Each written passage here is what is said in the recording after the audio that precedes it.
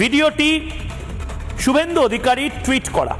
এই ভিডিওটির সত্যতা যাচাই করেনি রিপাবলিক বাংলা। এই ভিডিওটি ভাইরাল ভিডিও।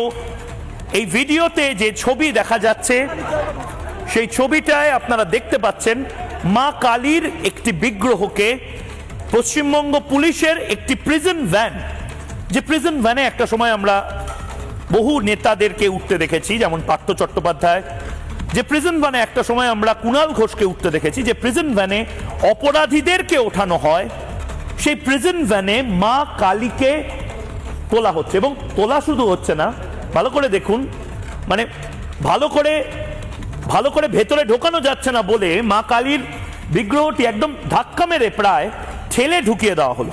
আমরা চাই মমতা বন্দ্যোপাধ্যায় নিজে একটি প্রেস কনফারেন্স করে জানান, কারণ এটা ভূভারতে বোধহয় হয় না। মানে মা কালীর রাজ্য, মমতা বন্দ্যোপাধ্যায় তো বলেন এটা রামের রাজ্য নয়, এটা মা কালীর রাজ্য। মা কালীর রাজ্যে মা কালীর মূর্তি ভেঙে দেওয়া হচ্ছে, মা কালীর মূর্তি যারা ভাঙছেন তারা গ্রেপ্তার হচ্ছে না।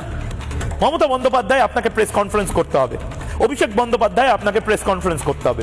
আমরা সবাই কাকদ্বীপের এই ঘটনা, যদি সেই ঘটনা সত্য হয় তাহলে ব্যথিত, বিচলিত এবং আঘাতপ্রাপ্ত। এটা দয়া করে আপনারা টলারেট করবেন না।